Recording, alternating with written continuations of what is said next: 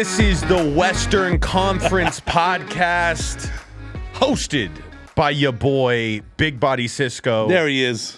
And I'm George, and this is actually Gridiron Junkeez. But yes, I went with red in the studio because red is the color of the Western Conference podcast. Yeah, you know, red, it just brings everybody's eyes out, brings the fire out of everybody, right? That is true. That is true. I felt a little more spicy with the red coloring. Cisco. Yes. You are a regular at this point. Yeah, You're absolutely. part of the Gridiron Junkeez fantasy football draft. We're always in talks about bringing you back on, so I'm glad that we're doing this.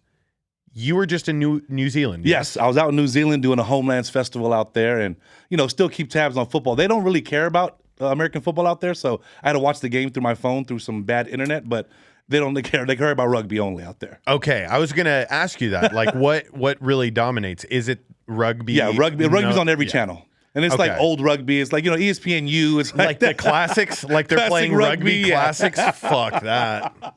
So, yeah, it's just rugby only out there. And cricket. Cricket, by the way, is also big. Did you ever consider playing rugby? No, I didn't, because once I found out they didn't use pads, I was like, yeah, that's probably not me. And we always played like rugby-ish football when we were kids. Right. And you figured the transition would be easier. But once I seen some of these older players like Jonah Lomu, who was a legendary rugby player, when you see those hits with no helmet and no pads on, I will stick to American football. Not only that, Cisco, but when I was at UNLV and I would go to the gym, they would do the rugby sevens every year at Sam Boyd Stadium. Absolutely, right? We're a part of that. They would train. Now, this was before the big facility was built. They would just train in like the university gym. Yep. So you had the rugby team after rugby team just coming in. Fiji, you had Samoa, you had everybody over there. By far the most fit fucking people I've ever seen athlete-wise. Like, they were doing things, and I'm like, you guys are playing a game like in a day, but they were doing, I'm not even kidding, they were doing box jumps with a barbell on their back. So like they were squatting down. It was like 10 pounds on each side. But these motherfuckers were launching on top of a box balanced. Yeah. Rugby sevens is different than rugby 11s. Like rugby sevens is like the 7-on-7, like all the skilled players. Yeah. And the 11s are like with the bigger guys. Right. So yeah, that's when you know the rugby sevens. When it was in Vegas, those were the fit guys. Oh yes. Okay. Okay. That makes sense. A lot quicker. Yeah, and they're tall as shit too. Like it's great. All athletes, there's a prototype. 6'3" and above is typically like one of the filters. And leaned out. Just not a stick of fat on them. Like, well, guess I'm not going to be a rugby player. Stacked. And that was just the women's team. Yeah. And that was just the women's team. Like, absolutely. Those because the rugby women's league, rugby men, I mean, especially the sevens. The sevens they have to be fit because those are the skilled position players. So if we were to, and we are going to see flag football. Yeah. In the 2024 Olympics or 2028? That's crazy. I see one of that the two. Too. Yeah, it's coming, right? So I think America is going to struggle versus teams like the rugby heavy. You can see like Fiji easily running away with 7-on-7 or with flag football. Right, like out of nowhere too, right? Everyone's like, "Oh shit, it's just America." Yeah, I'm like, after we just talked about this, I'm like, I'm not at the end of the day, you still have to be an easy. athlete. There's a lot of athletes out of the nation. We're halfway through the football season, Cisco, and your 49ers start out 5-0. Hot. Just sizzling. I have a clip currently on the Gridiron Junkeez YouTube that has, I believe, 300,000 views. It's a short. Yeah. And it's about Brock Purdy was taken after all these quarterbacks, and we listed all of them out. Yeah. And we're like, and he hasn't lost a regular season home game. Man. And since that clip, 0-3. Lost. Yeah. 3 in a row. It's tough. Dude, it was bad. Yeah. It was bad. So is it too late for them to like kind of course correct and still be the best team in the league? I still think you have the intangible. I think you have the talent on the team. And Debo Samuel said it earlier on another podcast. They still have the winning mentality. Mm-hmm. You want to hit this kind of like three-game losing streak now rather than later. 100%. So I think now that you kind of got this out of your system, you get your bye week to kind of recover. You know, Cincinnati is a good team. We just happen to catch them when they start to hit fire. Right. So we got them at a bad week, and I think, you know, that deadline trade is always the momentum pendulum swing, and I think Lynch is good at that. He did that with McCaffrey, and now you do it with Chase Young, where it just kind of changes the dynamic. Chase Young is wow. That's a bad boy right there. You guys lucked out, man. I was surprised. Like, how does Washington give up Chase Young, a DN of that caliber for a pack of Newports and some Gatorade. Like, I don't get it. Like, I don't understand the reasoning behind. I get Washington. They got rid of Montez Sweat. Cool. Chase Young, you want to trade him to the Niners for a third round? What was it? It was a pick that we got from coaching. I think it was from D'Amico Rice or something like that. But it was a third round pick that we ended up. So basically, we get Chase Young for nothing, and we pay him less than maybe about $500,000 for the rest of the season.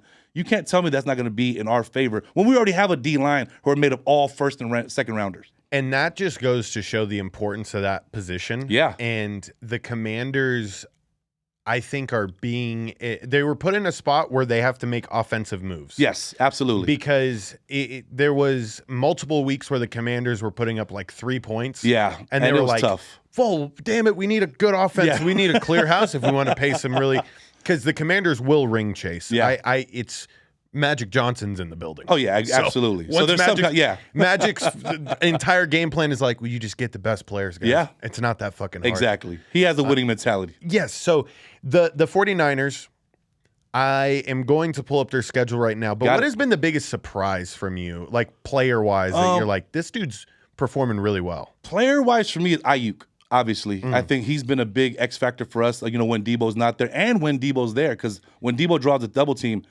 Purdy's going to Ayuk every time. Across the middle, the long balls where he's jumping over DBs again, where I think Ayuk is the unsung hero of our offense because you have McCaffrey, you have the Kittles, you know what to expect from them. Right. When you have Ayuk and also Juwan Jennings, who are also kind of filling in that void where, we're still looking for that one complete game because I don't think we've played that complete game yet. But McCaffrey was getting run into the ground the first 5 games. They gave him like carry after carry. He was a touchdown for every game. And he was just going in there and they were just beating him 20, 30 carries. And I'm like, let's kind of save him for later on in the season, guys. Yeah. Because we still got to remember Christian McCaffrey comes from an injury-prone background. Very true. Where since he's been with the Niners, we've been lucky, knock on wood, that he hasn't been out that long. But that's all we need is to lose somebody like McCaffrey at this point in the season. And you guys, at that moment in time, in a system like Shanahan's, I think it would still work. There's a huge loss though with Trent Williams. Absolutely. Where's his health status at from what you know? So he's actually this bye week helped him a lot. And I think you've seen it. I mean, everyone's seen it in the last game when Moore was getting beat by Hendrickson from, the Cincinnati Bengals. Dominant defensive end, but him going against where Trent Williams would have been, you can see it was just hands down a flat out.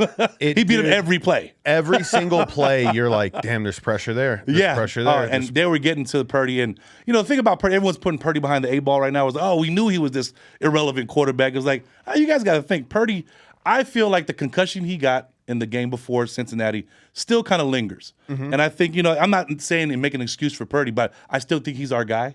And I think he runs Shanahan's offense better than any other option we would have had. And that's the key piece there because Sam Darnold would have been the backup. And is that who's been playing for that? I legitimately stopped watching the Niners. No, Sam Darnold is the next guy up after for Purdy. But I mean, he never came out, right? No, Purdy just stuck it out. It was saying, you know what?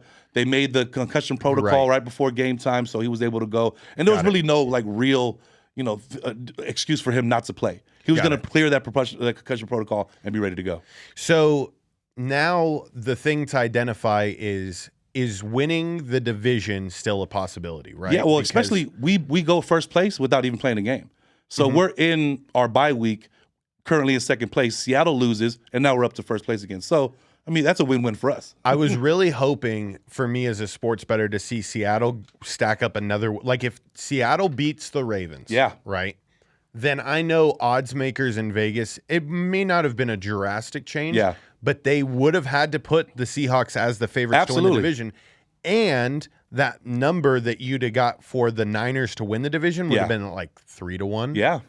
And if it was at 3-1, I know that the Seahawks are fucking frauds. Yes, I do too. And that's coming from NFC. Like, Geno Smith has never been the guy. Never. For me. And the usage that they're getting out of Kenneth Walker now, like he's a premier back. And they're not even using him to his fullest capability. And everyone keeps looking at Seattle's defense like it's the Legion of Boom. It's never going to be like the Legion of Boom ever again. No. So, I mean, with that said, they're one of the NFC West teams that are up there. But then you have Cardinals who are 1-8. And, there's no really other competition. The Rams are probably going to use Matthew Stafford. They just signed Carson Wentz. So you see how that whole thing's in shambles. So I think where the Niners are in prime position to kind of say, okay, look, let's use these 3 losses. Let's use this bye week. We got Chase Young, full week of practice, and now Chase Young's telling everybody, me and Bosa is going to meet at the quarterback. That has to be some kind of positivity for your team. It's got to be a good feeling going into Jacksonville this upcoming game. Tough team. And knowing, though, that we are a completely different team than who we were before this bye week. Yeah. Because that factor that we're talking about and the rotations of D linemen that you guys can have. Absolutely. There's really never a dead play that, you guys can't get pressure. And this is the true test. If you guys put up a hell of a fight, even if you lose against the Jags. Absolutely.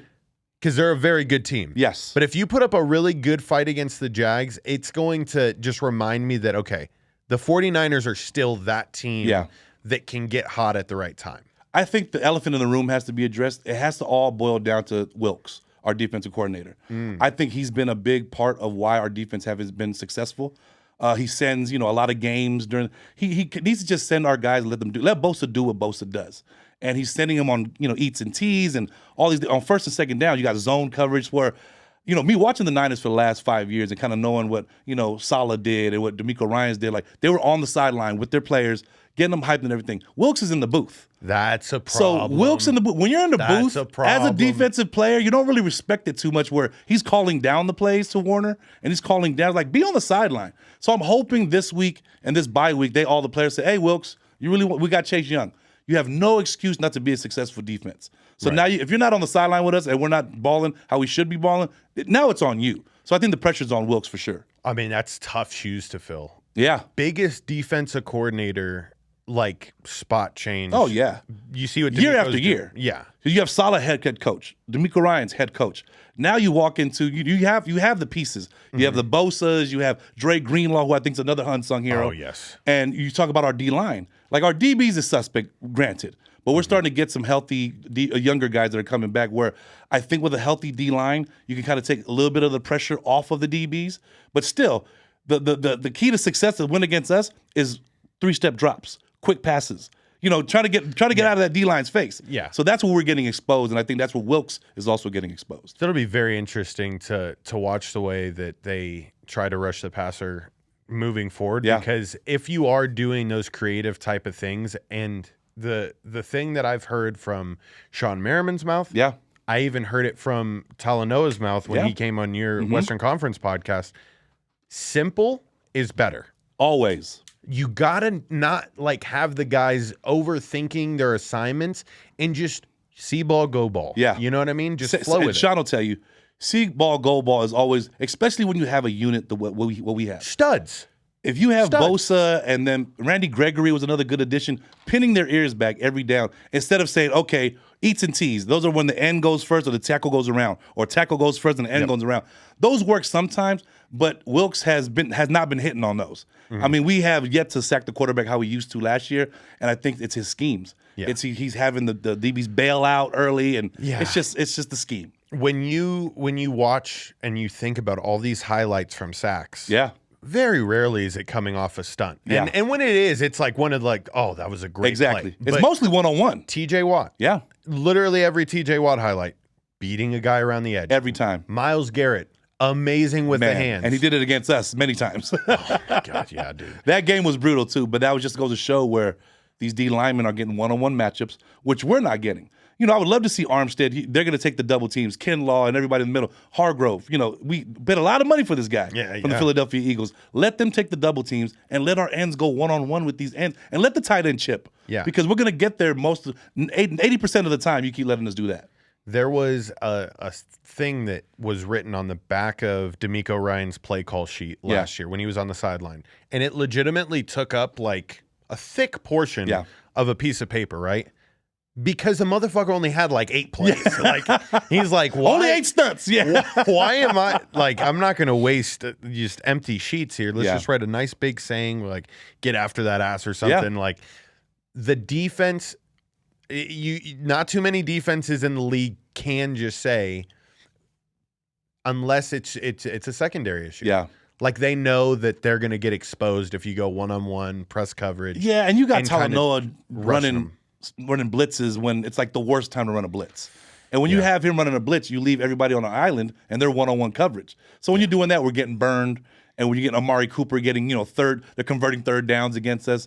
And I think that's what we got to get back to. It's all the basics where it's like, look, run the base, let everybody do it. Let Warner roam how Warner roams. Like even Warner been kind of playing out of game because he's not in position how he normally is because Wilkes has him out of position. And that's just my opinion on it. Yeah. But I think when you have somebody where I think Greenlaw, you lose a lot. And I think when we did lose Greenlaw for that game, you've seen it. And a lot of our holes were exposed, but Wilkes got to do better. I love that take because now I got something to watch for with these 49ers. They at the beginning of the year, I was on this like Christian McCaffrey for MVP award. Absolutely. First 5 games, he was there. He was the guy. Tough not to think that was a possibility. Now things have definitely shifted, and it's kind of like that midseason realization that the award will never, ever be won by a non-quarterback. Absolutely. It'll be a quarterback because they have, they play the whole season. I mean, some of them who are good MVPs, they play the whole season, and they're not taking 30, 40 hits a game, up the middle when you're running as a running back. At some point, you're going to get hurt and have to sit out a couple games. And that's a big thing. And they, they're always in the position to be the hero and the star. Yeah. And Shanahan had the opportunity to have him break a record. Yeah. Earlier in the year that they didn't go for, correct? They didn't, yeah. That's the type of things that you need to do if you want to win that award. Oh, absolutely. So, like, after that didn't happen, I kind of, like, mentally made it up with myself that, like, you need that to build the case. Yeah, like, absolutely. remember the game where he set the rushing touchdown record? Or Shanahan's mentality is more of a team effort type thing where it's like, we don't need records, stuff like that. But what's unfortunate is that, those guys have that opportunity to do it. And when you have a coach that says, hey, we're a little bit more humble of a team, it's like, hey, motherfucker, you might have just had me miss out on being an MVP because of that. Right, right. We're talking way more millions of dollars post-career. So I'm looking at the schedule here, and there's 2 games that stick out to me coming up. So you kind of have some lollipop games in between. The Jaguars, obviously, the first one we've discussed. That's going to be a tough game. At the Eagles, December 3rd. Yeah, that's going to be the one. That's going to be the one because everyone already has the Eagles so far ahead. And I've been watching. The Eagles is a good team. Mm-hmm. And the game, I think Dak gave it up again. I think Dak and them could have won that game easily. But like I said, it's the Cowboys at the end of the day. But John's going to love that one. But Philadelphia has their core. They're defending, so they're the team to beat right now. And I think us kind of getting healthy at the right time, I think December 3rd rolls around, hopefully get Trent Williams in full swing. Yeah. And, and it could be both ways. I mean, you have some injuries on Philly's side that can kind of go awry, but it's going to be that game to kind of have everybody say, okay, whoever wins this game, in my opinion, is going to be representing the NFC at the end of the year. And I know we think that that division is still like a lock for the Niners. Yeah. You do have the Seahawks. Absolutely. 2 games. Yeah. One of them being I believe that's a Monday night football game. Yep. And I think we end with them as well. Seattle. And you end with the Rams. Okay. I think we have Seattle before them. Correct. Yeah. We'll skip over the Seahawks for now because, like I said, they're frauds. I'll continue to say there's not a good team. Yeah. The Ravens. The Ravens at home, and that game is on Christmas. Yeah, the Christmas game against it's going to be one of them games. I watched them against Seattle. They're a tough team. They're tough to cover. And now that they have this running back committee going on, you don't know who's going to get the ball with Edwards and Justice Hill getting out of the backfield, and now this new guy Keaton that comes out of nowhere. Right. I think Lamar is still the X factor there, but I think that Baltimore's defense is also underrated. Yeah. I think there's a lot of things that people ain't seeing on that defense that, look, they're there for a reason. Right. And they beat Seattle the way they did handedly for a reason.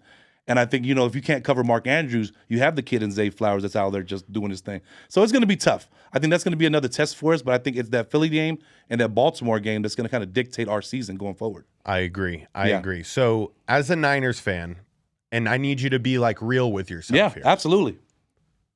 Is there a chance to make the Super Bowl this year? And this is not even just being a fan. Of course, everyone wants their team to make it. I think with the addition of Young, I think that's our X factor.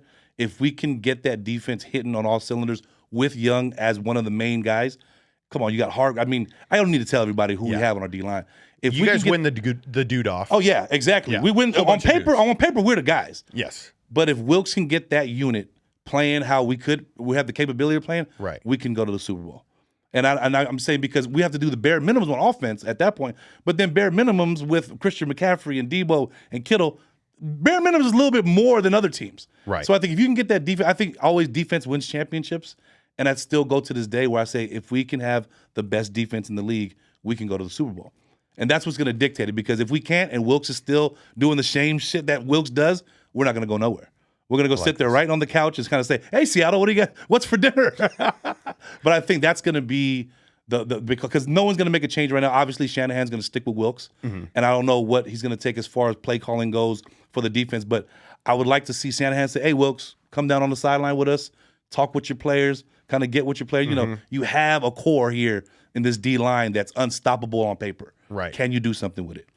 And the final thing, because I saw him get banged up a little bit at the beginning of the year. Yeah. Fred Warner. Yeah. Doing good? Fred Warner, I think he's being asked to do a lot. I think when Dre Greenlaw kind of came out, Warner's starting to get exposed as far as defense or offensive coordinators say, okay, just throw a center at him. Just throw a guard and center at him, where now Fred's trying to wiggle through a lot of things. Right. I think he's going to find it, especially with this bye week. He's going to find what he had to make up on, and Dre Greenlaw is going to pick it up. Okay. And I think that linebacker combo, I mean, in the NFL right now, I think is one of the top linebacking cores in the league. Agreed. Yeah. So we've spent plenty of time kind of deciphering whether or not the 49ers are pretenders or contenders. They are for real, in my opinion, and I'm just waiting for the right time. I do think after this loss to Jacksonville, their number for them to win the Super Bowl obviously looks more appealing on the betting side, and to win the division. Absolutely. Because I guarantee you, when they play that December 3rd game against the Eagles and they win, if they beat the Eagles, let's say they go on a run, that number is going to be cut in half, if not just... Absolutely. So it's time to get the time is now to get in on them. By the stock. Because before Jacksonville. Yes. Yeah. So the thing that I want to highlight is another big move that was made, and it was very... it took the airwaves in the football world. Mark Davis firing Josh McDaniels. And you know what's crazy, Raiders. George? I was at In-N-Out at the gym over here on St. Rose. Mark Davis walks in. No way. Yeah, and he's driven about a friend of mine, a family member of ours, drives Mark Davis around. Mark Davis is in the In-N-Out. He's kind of just regular guy. And I see my friend, hey, you said, what's up? And I said, Mark, got to make a move. He said, don't worry, moves will be made. And this was just kind of a casual conversation between, I didn't get my phone out or do none of that. Right. Just kind of talk to him in passing. I was like, okay, we'll see. The next day, they have the firing for Josh McDaniels and the general manager. So I'm like, wow. So Mark wasn't playing. So just to kind of see that, and Antonio Pierce, like everyone knows, there's no secret. I'm a big Raider hater. Saw Mr. Fitz and everybody would talk about, but I also know football. And I know that Antonio Pierce coming in, he's a college teammate of my cousin Brandon Manuelinas, who played at Arizona together, where I've kicked it with Antonio on a few occasions. Players coach for sure. He is what players now want to play for. There was no losing that game against the Giants. Yeah. I think Max Crosby, it could have been you coaching the team, and they would have ran through a wall for you. Right. But I think having Antonio Pierce being that player's coach, being that coming at the press conference, I was raised in Compton and NWA were the Raiders. I mean, that mentality is a Raider mentality. And it fits the bill right now with the general manager and when Antonio Pierce, but they played the 2-6 Giants. Let's not get beside ourselves. You still get in a league where you have to play the Chiefs. You got to play a lot of these big, heavy hitters where, this is the best opportunity or the best situation that the Raider fans could have got in anything this season. Because you know me, G. On my Instagram, I talk every loss, I'm talking about the Raiders losing. Yes. But I think they got the fire lit on them. But don't go easy with the cigars and Gatorade bats after a 2-6. Now that's Cisco. I was like, come on. I said it before the game. I was like, they are already feeling revitalized. First off, the Adams fucking playing basketball. And you guys aren't fucking focused, guys.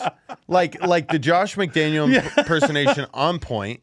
Then I just heard on a clip this morning what the meeting was like, the airing of grievances meeting. Oh, absolutely. So, everyone was talking shit. Oh, everyone fucking berated Josh McDaniels for probably 30 minutes. And then I heard that Antonio Pierce was the guy that Josh McDaniels was like, okay, can you tell them he didn't even say it himself. Yeah. So he had to go to because he's the guy. He has the locker room. Antonio Pierce had the locker room before McDaniels even got fired. So then after Antonio Pierce goes up there and to kind of bring the team together, get the break. He talks about the Giants winning their Super Bowls against the Patriots and how the guys, which he was a part of, and how the guys in the locker room came together and really bonded, and that's how they were able to beat Tom and end the perfect season. Well, Josh McDaniels was on the other side of those. So Josh McDaniels at the end of the meeting comes up and says, I don't want you to talk about the Patriots like that. Yeah. What? So this happened. So wow. This like, I'm not even bullshitting this, or like, I heard it from, it was the Pat McAfee clip. Jay Glazer was the reporter that came out with that story without them even telling me that story. Yeah. Cigars in the Locker Room tells you that things were pretty fucked up. Absolutely. And then the basketball with Davante Adams. Yeah. After watching the show Winning Time. Yeah. And seeing the power that Magic Johnson had. Absolutely. To get rid of a coach. Absolutely.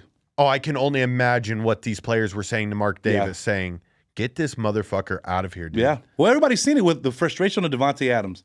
That game where, he just had a shitty game through his helmet. And he's a Bay Area kid, Palo Alto kid. Shout out Davante Adams. But to see him kind of go through that, I think this whole thing for him to kind of say, man, he'll do anything for Antonio Pierce right now. Yeah. And that's going to be a plus for the Raider Nation, for the Raider fans. But you have to look at the intangibles you have too. You have Josh Jacobs. So now you're putting your eggs in the basket by benching Jimmy G. And I think a lot of the team was like, yeah, bench that motherfucker. You know what I mean? Yeah. So now that Davante Adams, the team is following Davante. Oh, 100%. And Max Crosby, of course. Yep. But when Davante's mad, the team is mad. Yep. If he's frustrated, the team is frustrated. So if they didn't get rid of McDaniels, you got here it's like trade me, because it was happening before the trade deadline. Yeah. So everyone's like, oh, is they going to trade Davante Adams? Dude, let me tell you how good it is, because I was at the game on Sunday. Yeah. All right, it's a 3rd and 7. First time all game, Davante Adams is one-on-one backside. Wow. You're watching the safety. Yeah. And then it was a big time possession. They must have been bringing some pressure. Safety kind of rolls to the middle of the field, one-on-one on the backside. Aiden O'Connell, rookie quarterback, doesn't even fucking acknowledge the prized possession on the other side. Pass falls incomplete, right? And they bring the punt team out. Yeah. And Davante Adams went up to him and was like, hey, it's all right. And I witnessed the communication between them. I'm like, oh fuck. Oh yeah. Because he didn't do that with Jimmy. Oh hell no. He didn't do that with Jimmy at all. He would have taken his helmet off on the field and just walked all the way across. But that just shows you he wants to win. He wants to be a part of this winning culture where, and every Raider fan, especially with this move. But I just think, it was perfect. It was a perfect game for them to kind of say, look, we beat the Giants, but now you got these Kansas City Chiefs. They got the Jets coming up next week, Sunday Night Football. Yeah. Tough spot. Jets is a great defense, horrible offense. Then they go at Dolphins, home against the Chiefs. Woo. So those two games. Yeah. I mean, look, and I take it, if Antonio Pierce can beat the Dolphins and the Chiefs, then you might be onto something. But if you're sitting there and you're lighting up cigars after beating the 2-6 or whoever the Giants were, it's like, all right, light those stogies up when you beat Tua Tagovailoa and Tyreek Hill. Light that stogie when you beat Patrick Mahomes. I don't know what cigars they were smoking. Those look like some blunts. Like those were small, right? Like somebody wrote him a blunt. It wasn't a Joe Burrow after the national championship cigar. It was like a Marshawn Lynch blunt that he just rolled. Max Crosby tried to hold it like this, and he's like, "No, I guess I'll just." And I'm happy for Marshawn too. I think Marshawn. Right. Everyone was throwing Marshawn's hat. Name in the hat for being coach and stuff like that. Marshawn's having too much fun, but he's a Raider at heart. Right. But he says one thing you guys got to make sure: I'm an Oakland Raider at heart. Huge difference. I want to make that clear. The things that they did around the stadium on Sunday, I do want to highlight. You can tell the staff definitely had a meeting or something beforehand. I've been to a couple of other Raider games before this. I've never felt so welcome. Oh, yeah. You can tell Mark Davis sat them all together and was like, we need to make this a fucking show. Yeah. We have to. From the top down. Everything, right? Yeah. And you can feel it in the energy in the building. I kept chanting. I was like, this is the new era. Yeah. This is the new era. Fucking raving. It's crazy because when Mark Davis, he's accessible to fans. He'll walk by the fans. They had fans. You got to change, fire McDaniel. They had the interaction. He was like, okay, Mark kind of gets there. Was like, hey, you do it then, and that whole thing. But I think Mark, after that firing, was like, not just in the staff, from the top down, from the worker that's selling hot dogs to the beer vendor, everybody got to be on the same page because it has to be a winning culture where it kind of goes from the top down. Right. Yeah. So what was the worst move you think so far in this first half for somebody or some team that just completely underperformed in your eyes in this first half of the season? Well, I mean, it's not like I had big hopes for Washington at all, but to kind of see where they're at, where you can tell when they got rid of the 2 D linemen, their rebuilding was going to start there. And I think, you thought a little bit with Sam Howell being in there, they might have a little, they have Dotson, but yeah, Washington was kind of a surprise for me. And also with Arizona. Like Arizona, I thought they would kind of be up there where it was going to be an NFC West thing where it just kind of all fell to the wayside. Yeah. Where you lose Kyler and then, you start having Connor goes out. Connor fights Talanoa for some odd reason, which we won't even get into. But that whole thing with that where now Kyler's coming back. Do you really need Kyler to come back? You could probably waste the season, kind of get him back to 100% health, but he's going to come back where he could have came back 2 weeks ago, which what they're saying now. Where now you're going to say, are you putting him in harm's way? And that's just me keeping tabs on NFC West teams where it's kind of interesting to see what the Rams do as well. Yeah. Because you had such high hopes with Puka Nacua being in there and then they were back. Playing tough, dude. Yeah. Like at the beginning of the year, I think, and Bill Krackomberger on the show that I do, Wisecracks, always says it, this year in the NFL, the parity is kind of ridiculous. Yeah, oh, absolutely. There's been a whole bunch of teams. One team that I can toss into the underperforming category is the Vikings. Oh, yes, absolutely. Where sucks what happened to Kirk. It does suck what happened to Kirk, but even before then, you're like, yeah, this team is. They won how many games last year? Yeah, I thought they were gonna IR. What? And then everything just starts fucking falling on them. Yeah. But then they make a move and. Call me crazy. Shout out Dobbs. Call me crazy, but Josh Dobbs is leading the fucking Vikings to the playoffs, bro. Come on, you like that? Oh, can you imagine if? Wow. Can you imagine if Josh Dobbs first playoff win? You like that in Minnesota? That'd be amazing. Dude has been on 5 teams in the last year, literally. But give him the credit. He literally went from Cardinals starting quarterback to go to Minnesota starting quarterback and did his thing. And it was mind-blowing. That, first off, the move was amazing because Josh Dobbs, although the Cardinals have been dog shit, if you've been betting the Cardinals, very, very, very successful year. Absolutely. They are covering the spread against every single team. Everyone's underestimating them. This week, I don't know who the Cardinals have, but I looked at the spread and I was like, they play the Falcons. That's right. Atlanta. They play the Falcons and they are a 1.5 underdogs. Yeah. So they're +1. They're not covering that one. Yeah. Hey, listen, the Cardinals are not covering that one. The Falcons may be dog shit. Yeah. That's another team that's... Well, they got Heineke at the helm now, right?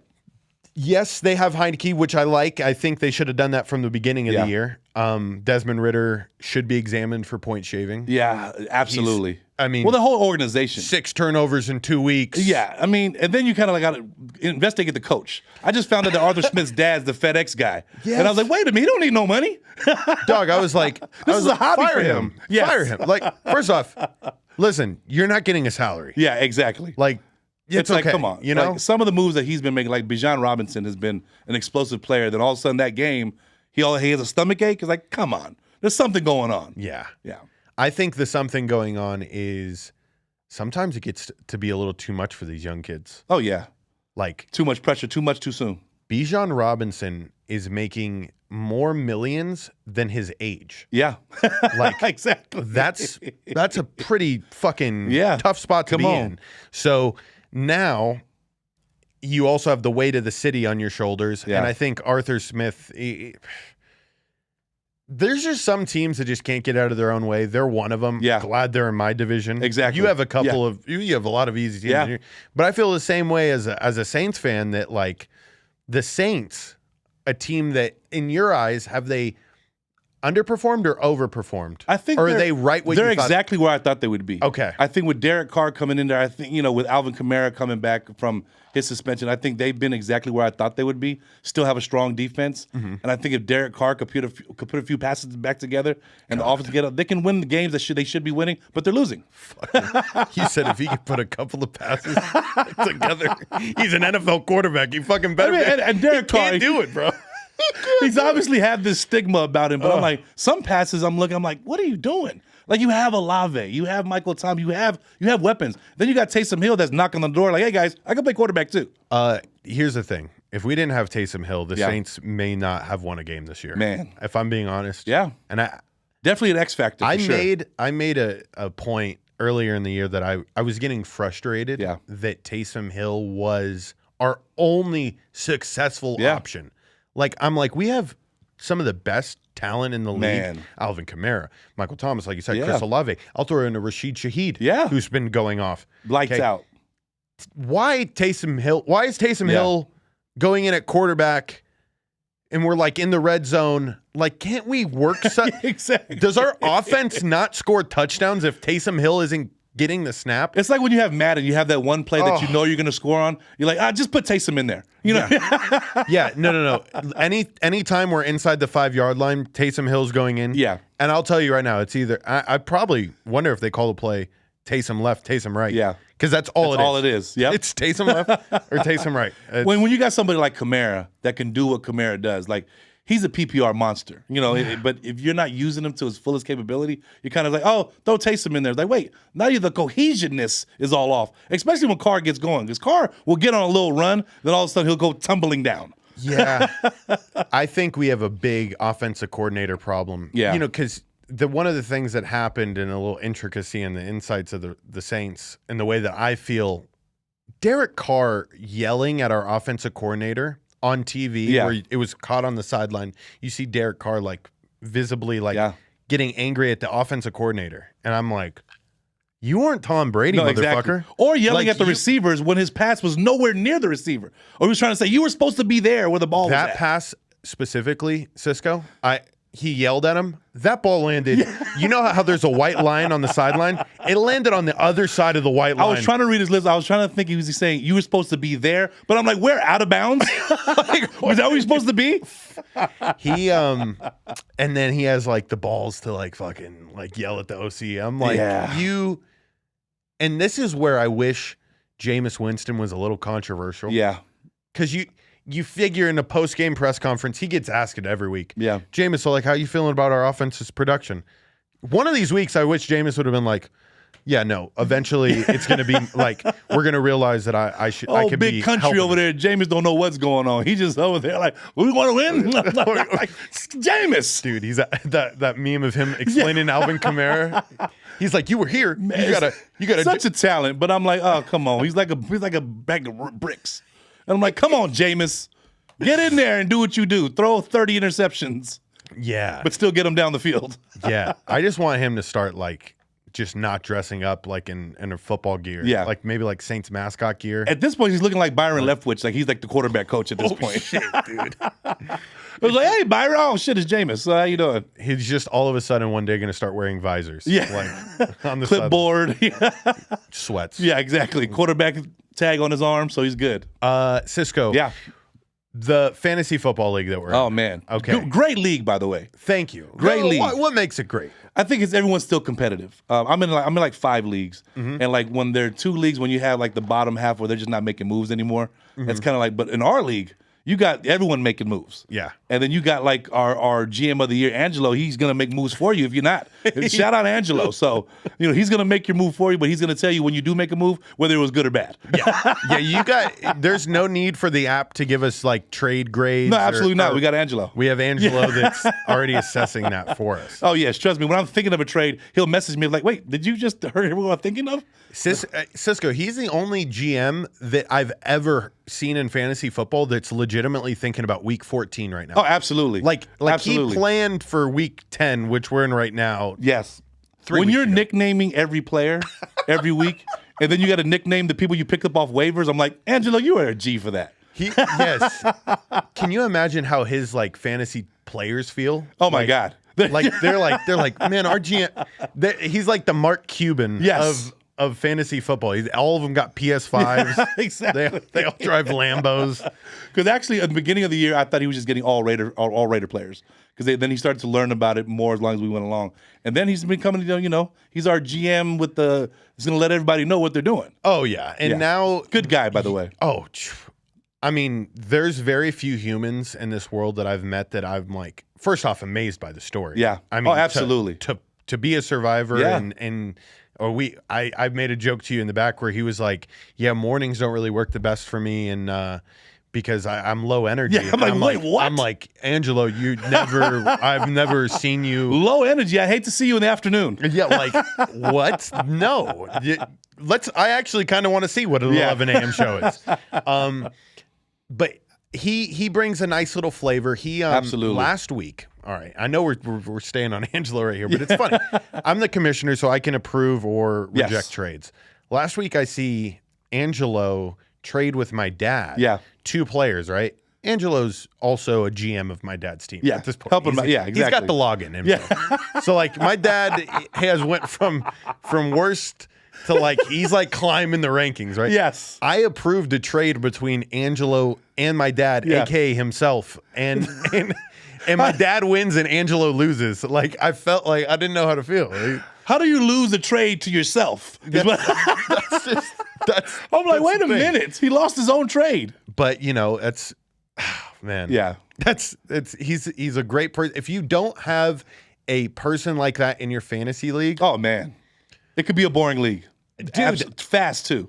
You'll forget what's going on. Yeah. Like everybody experiences, right? You get super hyped for the beginning, and then if you're actually halfway point, like you're like, oh, I could actually win this. Yeah. Then your energy may start to pick back up. But now this entire league has got people making moves, betting on the waiver wire. Yeah. Using their fab. We're approaching. We're going up in the rankings right now, right? So I'm at 5 and 4. 4 and 5. You're at 4 and 5. Yeah. Cisco, have you taken any thought into like what a big playoff run looks for you? Is there any like messages that you're going to send your players saying like, hey, I need to have a big week in fantasy. Like I'm climbing the rankings. Well, it's just a look out because everyone was kind of like doubting the moves that I was making, Angelo in particular. But but it's like you make these moves because of what you said earlier. You want to look down who has a strength of schedule during the playoff. On that run to try to make the playoffs, what players should you have on your team? And I think that's what I'm trying to do with my team is kind of have the right players. They might not look good now, but I think later on when you're into week 12, week 13, then you're winning those games because of those players. Then you kind of say, aha, that's why we did these moves back 3-4 weeks ago. But I think, and it's fun because it's competitive. And I think waiver wire, especially with fab, you got to know how to use the fab. And I think people who don't know, they're just going for it week to week. Yeah. The players that are saying, I want to win this week, and you're not kind of like preparing for the other weeks, then you kind of put yourself behind the 8 ball. So it's all about preparation. And the person that prepares the least in this league is Austin. Always. Is Austin. He's bad. Surprisingly, he's hot up there. He's one of 3 6-3 teams. So he's in the top 3. He's gonna fall off to the wayside. Here's the thing, okay? We've talked about Angelo, all right, and we've all listened to Angelo. At some point in time, we've taken his advice. Austin hasn't. No, and at all. That's a mistake, bro. That's a mistake. That's like saying, that might be the gift and the curse. That's having Steve Jobs help you build a computer. Yes. Fuck you, Steve. I got it. You don't know what you're doing. Austin refuses to take any advice from Angelo, and I think that might be his downfall towards the end of the season. I wish that if he plays Angelo at the end of the year and loses to him and to not make the playoffs, and the players that he told him about help him win it, that's going to be the spot of the year. Cisco. Yes. When we're doing this show again in January and it's playoff time, give me one wild prediction that you think. Oh man, from this year, and I hate to say it, and I hate to say this too. I think the Cowboys will be further off than the Eagles later on in the year. Okay, and that's just because in some odd way, I feel like they have that defense as well. I mean, Philly has a good defense too. But if Dak can just, like Derek Carr, put a few things together in the crucial times, they're going to be there, unfortunately. And I think later on in the year, when you have Micah Parsons and you have the CD Lambs and all these guys kind of hitting on all cylinders, it's going to be a hard team to beat. Wow. And that's coming from a Niner fan. I know, dude. So, hey, shit. Cisco, you've lit us up today with some pretty good takes. Man, insights. Always good. It's a pleasure, brother. Oh, man, I'm here. We here, G. Yes, sir. Gridiron Junkeez, we here, baby. Follow it, Gridiron Junkeez. Follow at Big Body Cisco. He's got some New Zealand podcasts. Yes, look out for that. New Zealand Western Conference podcast coming soon. And we had the chance to talk to legendary Estevan Oriol, LA Originals, Cypress Hill, all that stuff. We're going to talk to him as well in New Zealand. God. Come on, man. We here. Tune in. Later. Gridiron.